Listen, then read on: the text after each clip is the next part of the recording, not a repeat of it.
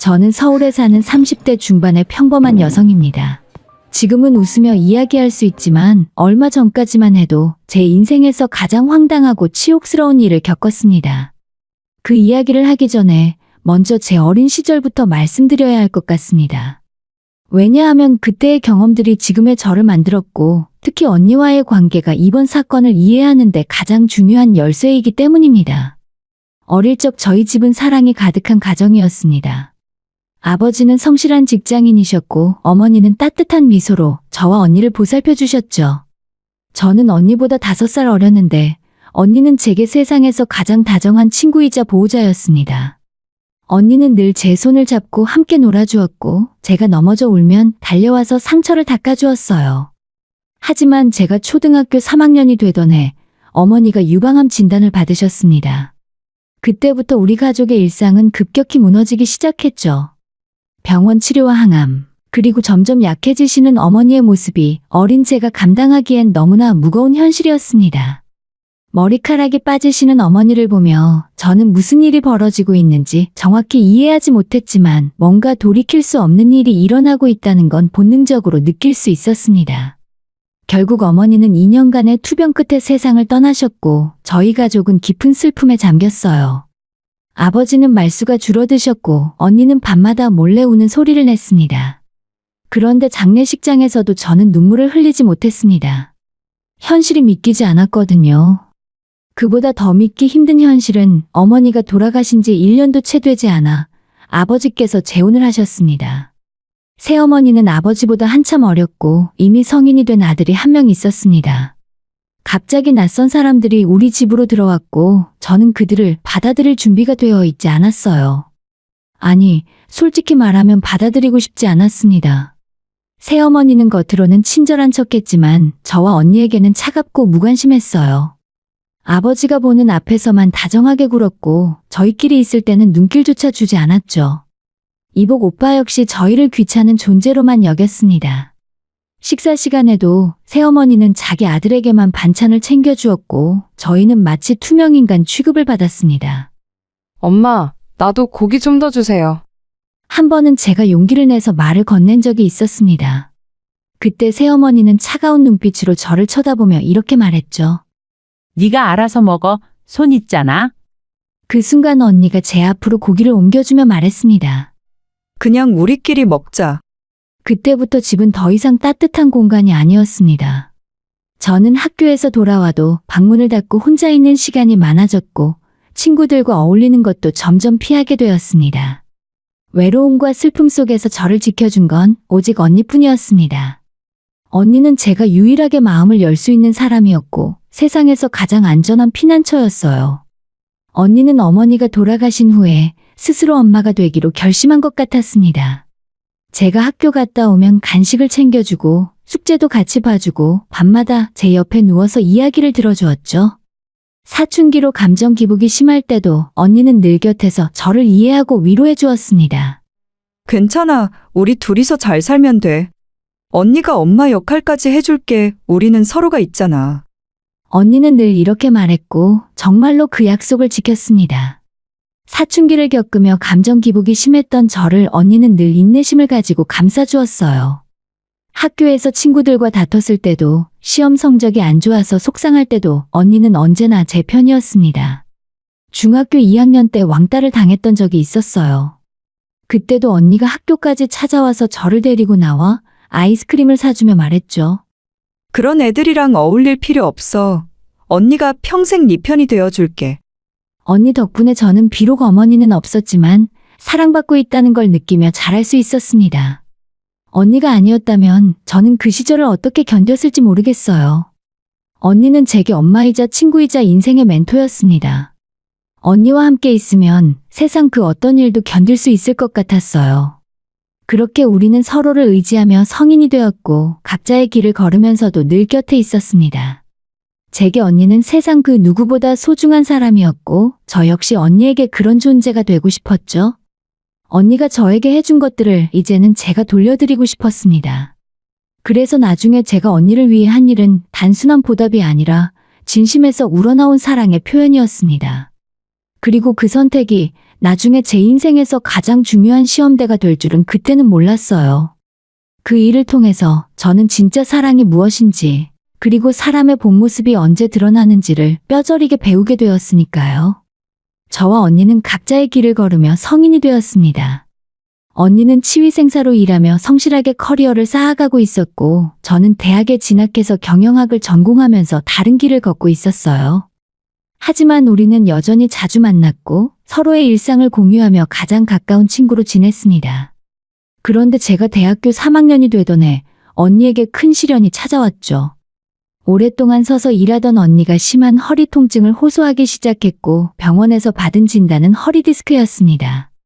의사는 당분간 무리한 활동을 피하고 치료에 집중해야 한다고 했죠. 언니는 결국 사랑하던 치위생사 일을 그만둘 수밖에 없었습니다. 그날 언니가 전화로 말하던 목소리가 아직도 생생합니다. 괜찮아. 이제 좀 쉬면서 다른 거 해볼까 봐. 내가 원래 요리하는 거 좋아했잖아. 언니는 늘 그랬듯이 밝게 말했지만 저는 언니가 얼마나 힘들어하는지 알 수 있었습니다. 언니는 자기 일을 정말 자랑스럽게 여기던 사람이었거든요. 그 일을 포기해야 한다는 게 얼마나 마음 아팠을지 충분히 이해할 수 있었습니다. 그때 저는 대학교에서 주식 투자 동아리 활동을 하고 있었어요.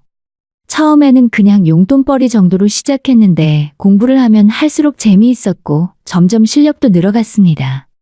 밤새 기업 재무제표를 분석하고 시장 동향을 파악하며 투자 전략을 세우는 게 저에게는 퍼즐을 맞추는 것처럼 즐거운 일이었습니다.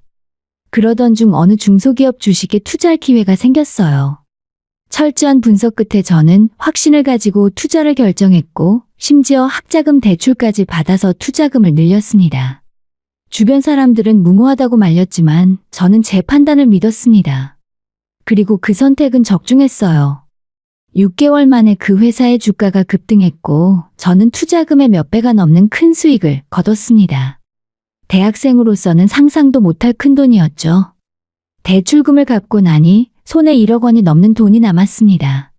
그 돈을 보며 저는 가장 먼저 언니를 떠올렸어요. 그동안 저를 보살펴주고 엄마 역할을 해주고 제 인생의 버팀목이 되어준 언니에게 이제는 제가 언니를 위해 무언가를 해줄 차례였습니다. 저는 언니를 만나서 조심스럽게 제안했죠.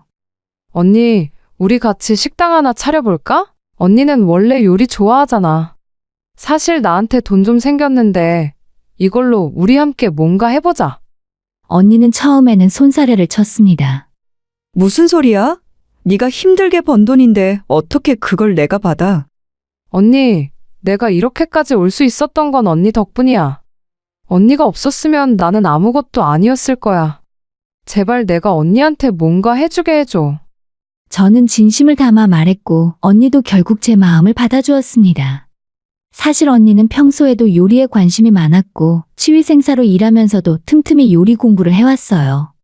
한식, 양식, 일식까지 다양한 요리책을 모아두었고 주말마다 새로운 레시피를 시도하곤 했죠. 심지어 조리기능사 자격증까지 미리 따두었을 정도였습니다. 사실 언젠가 돈을 많이 벌면 내 식당을 갖는 게 꿈이긴 했어. 그런데 이렇게 빨리 이루어질 줄은 몰랐네. 언니가 수줍게 웃으며 말했습니다.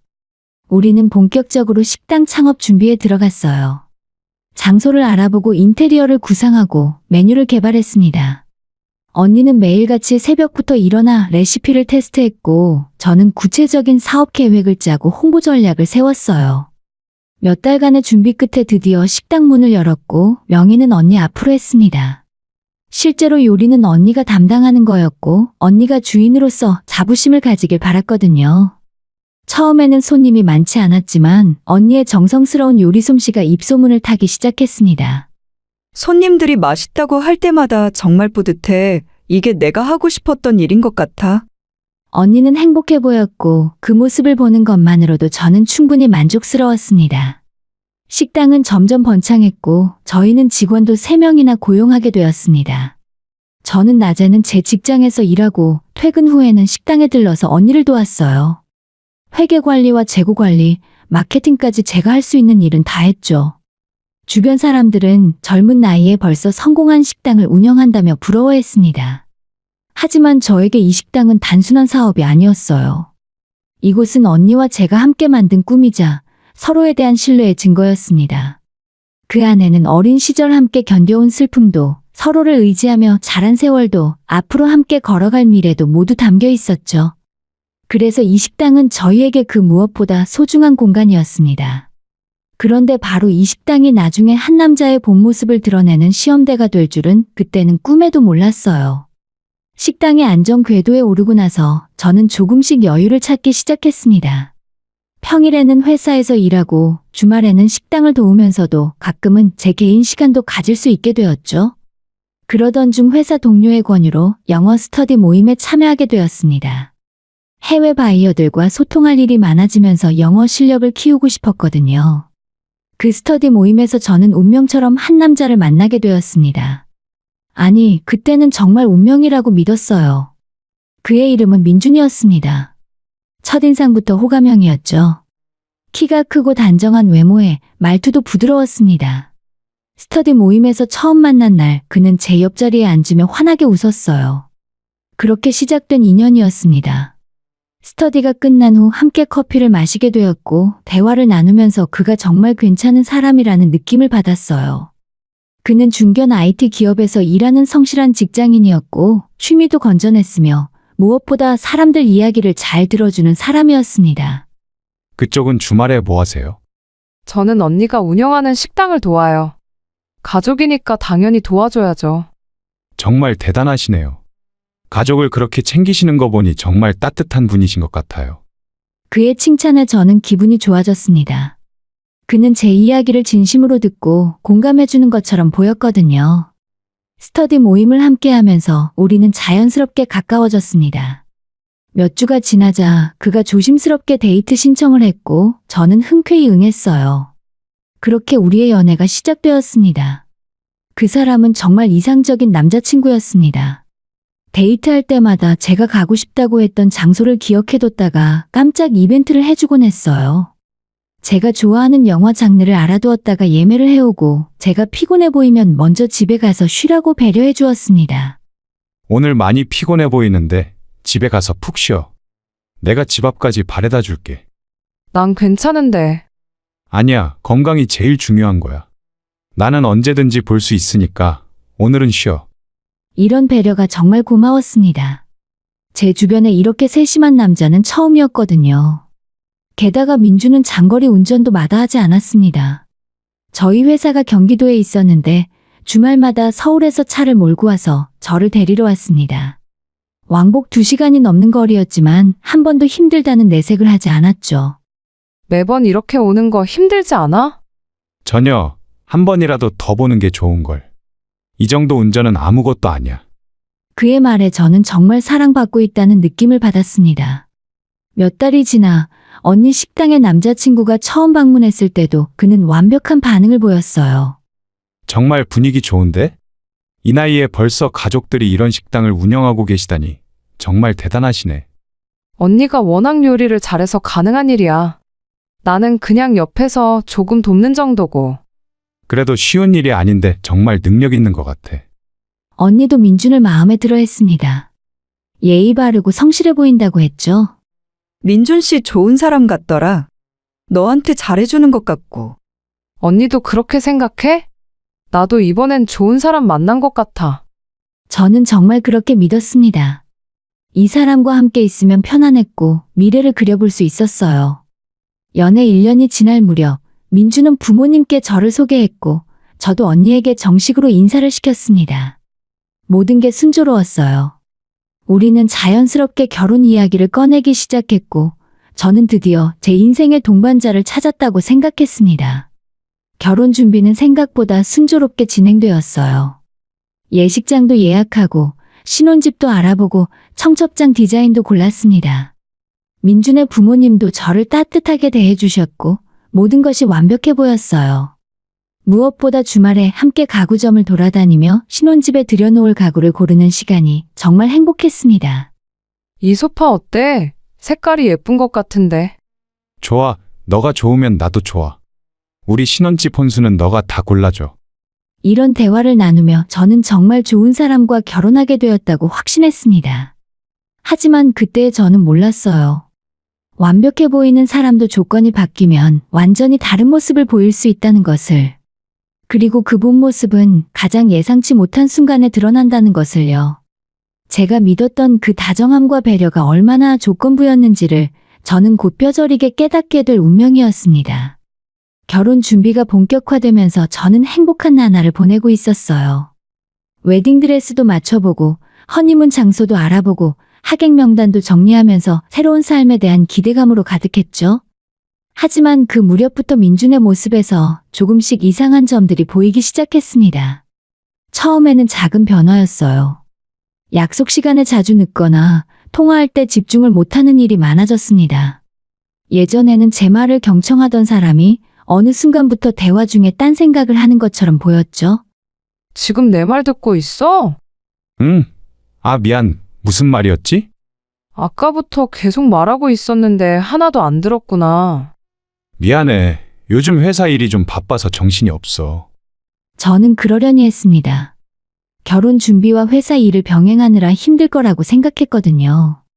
하지만 이런 일들이 점점 잦아지면서 저도 모르게 불안감이 스멀스멀 올라오기 시작했습니다. 더 이상한 건 민준의 출퇴근 패턴이었어요. 평소에 성실하게 회사를 다니던 사람이 갑자기 지각을 하거나 조퇴를 하는 일이 잦아졌습니다. 어느 날 점심시간에 전화를 했더니 회사가 아닌 다른 곳에 있는 것 같았어요.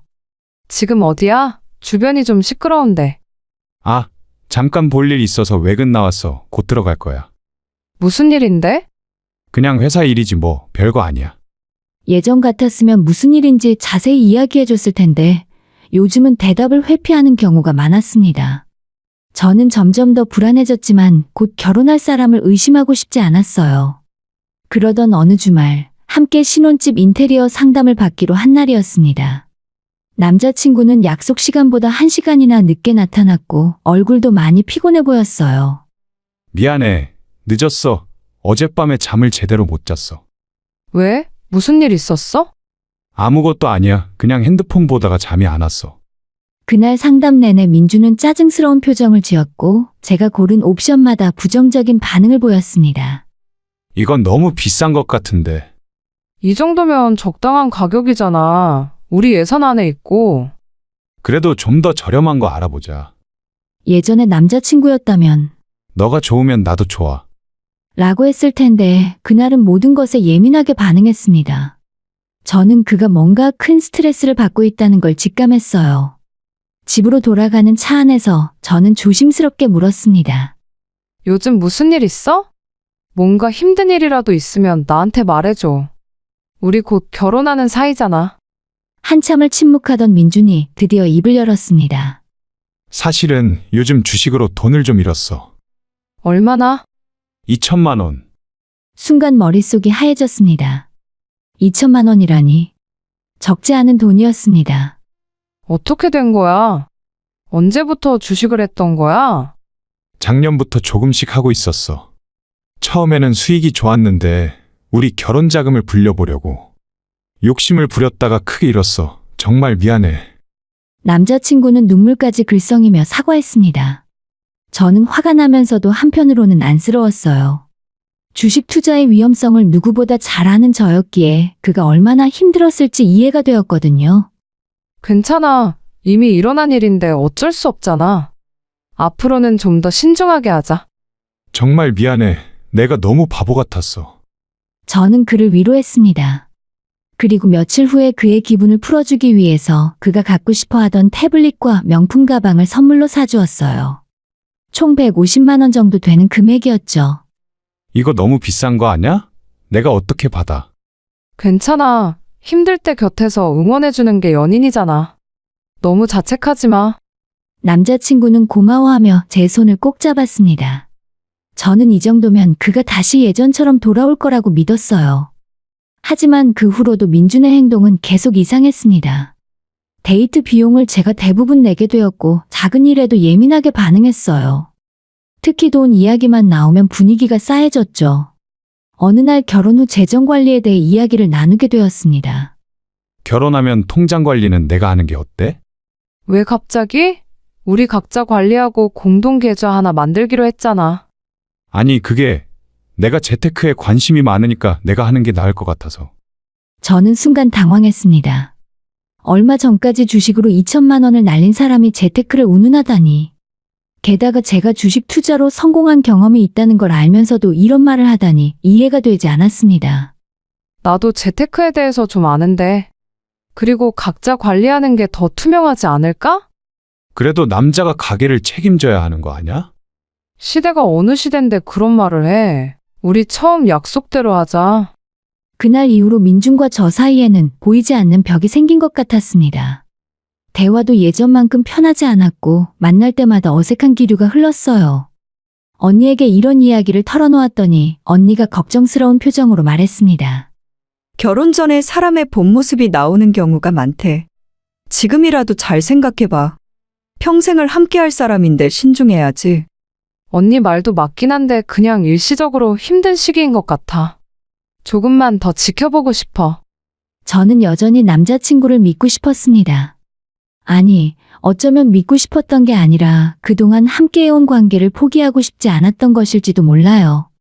하지만 불안감은 점점 커져만 갔고 저도 모르게 결혼에 대한 확신이 흔들리기 시작했습니다. 그리고 얼마 지나지 않아서 그 모든 의심과 불안이 현실이 되는 순간이 찾아왔어요. 그것도 제가 전혀 예상하지 못한 방식으로 말이죠. 결혼식을 2달 앞둔 어느 주말이었어요. 민준과 저는 언니의 식당에서 만나서 결혼 준비 관련 서류들을 정리하고 있었습니다. 재산 목록을 작성하면서 자연스럽게 서로의 자산에 대해 이야기하게 되었죠. 나는 전세 보증금이랑 적금이 전부야. 너는? 나는 적금이랑 주식 계좌가 있고 식당에 투자한 게 있어. 식당이라니? 그게 무슨 말이야? 여기 말이야. 언니의 식당 거기 창업자금 사실 내가 댔거든. 민준의 눈빛이 순간 반짝였습니다. 그럼 이 식당 지분이 너한테 있다는 거야? 지분이라기보다는 명의는 언니 앞으로 되어 있어. 언니가 실제로 운영하는 거니까. 그 말이 끝나기가 무섭게 민준의 표정이 싸늘하게 굳어졌습니다. 뭐? 명의는 언니 거라고? 그래, 그게 왜? 그럼 너는 돈까지 다 대주고 여기서 그냥 알바나 하는 거였어? 갑자기 목소리가 높아지는 민준을 보며 저는 당황했습니다. 이해가 되지 않았습니다. 왜 갑자기 이러는 걸까요? 알바가 아니라 가족이니까 돕는 거지. 그리고 창업자금은 내가 전부 댔다니까? 명의가 네 거 아니면 소용없잖아. 법적으로는 네 거가 아무것도 없다는 거잖아. 남자친구의 목소리가 점점 커졌습니다. 주변 사람들이 쳐다볼 정도였죠. 식당에는 손님들과 직원들이 모두 있는 상황이었습니다. 목소리 좀 낮춰. 여기 사람들 다 쳐다보잖아. 지금 그게 중요해? 넌 나를 속인 거야.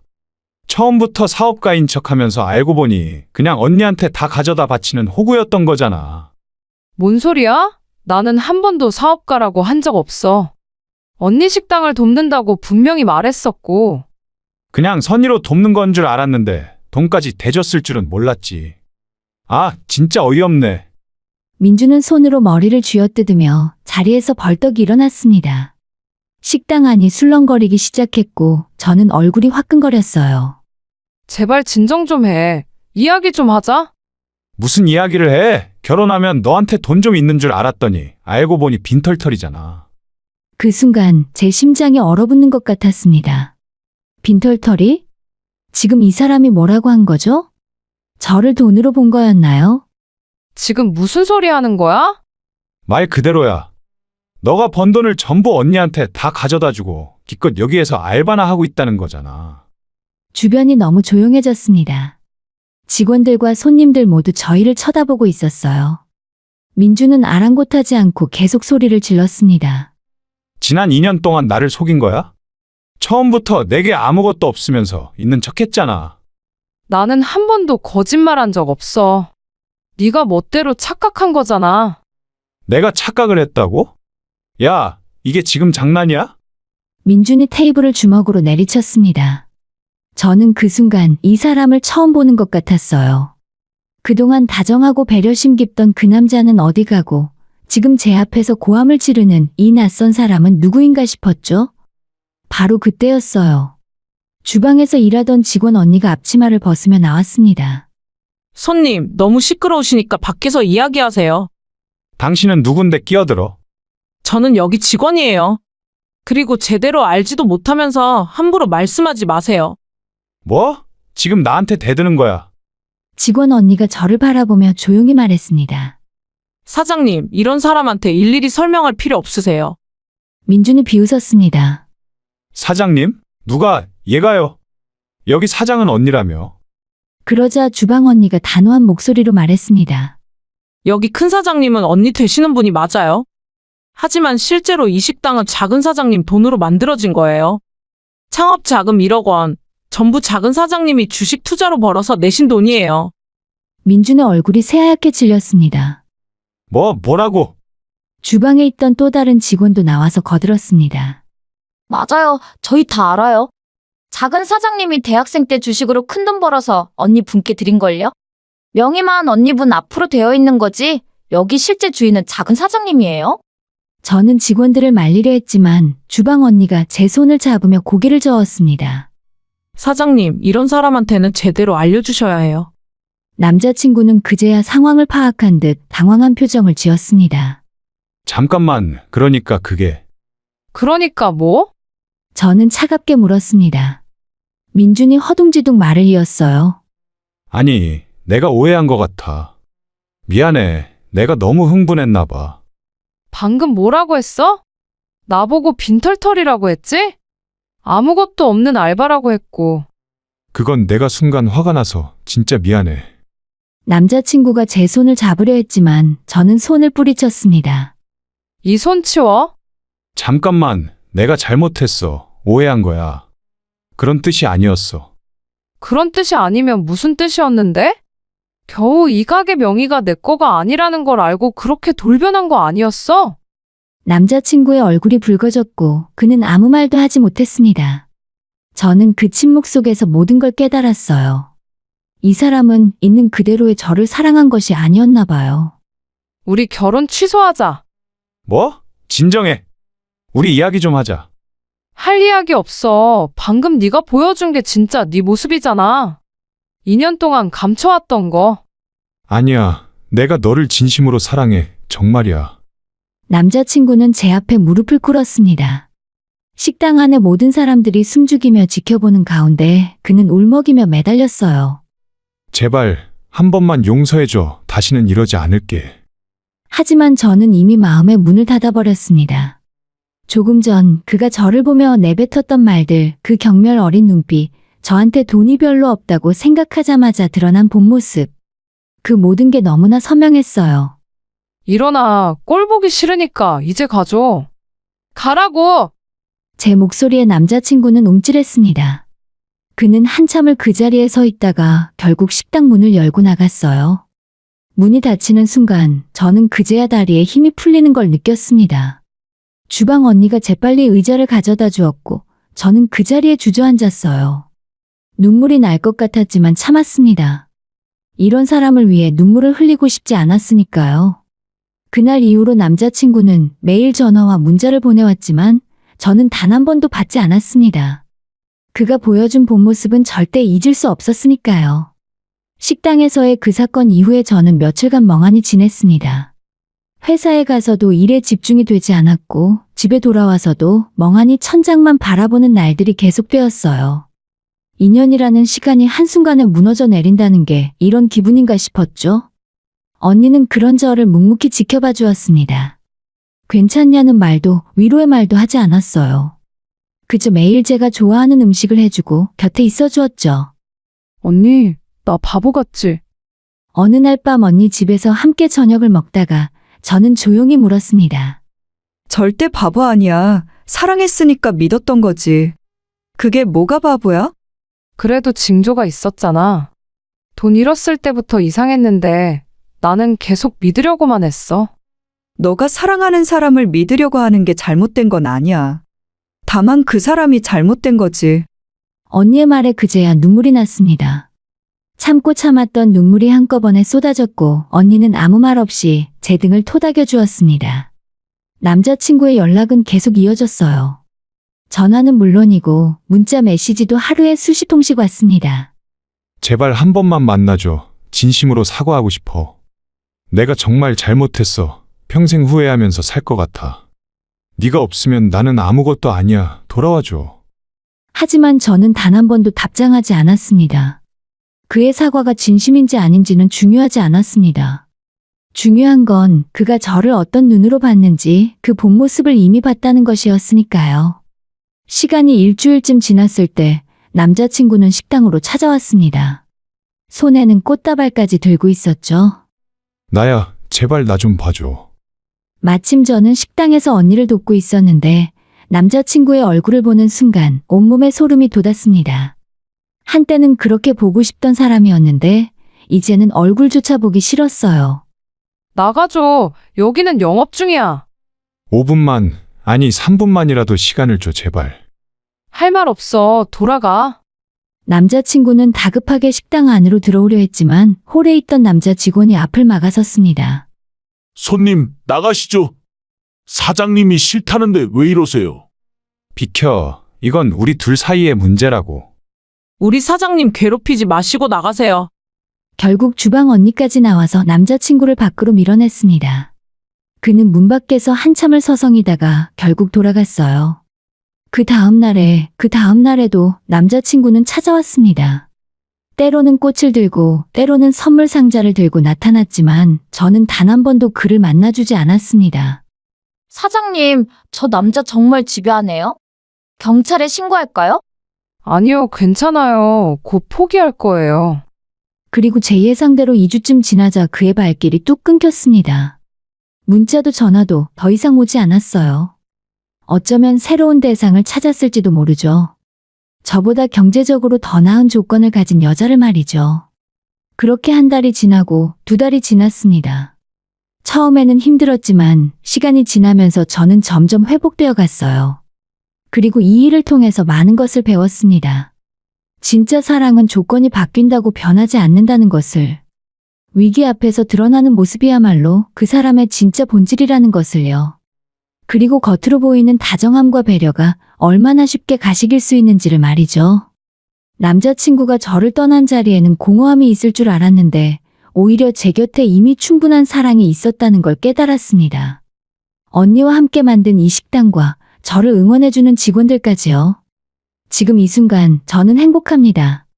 남자친구와의 파혼이 처음에는 비극처럼 느껴졌지만 돌이켜보면 그건 제 인생에서 가장 중요한 전환점이었습니다.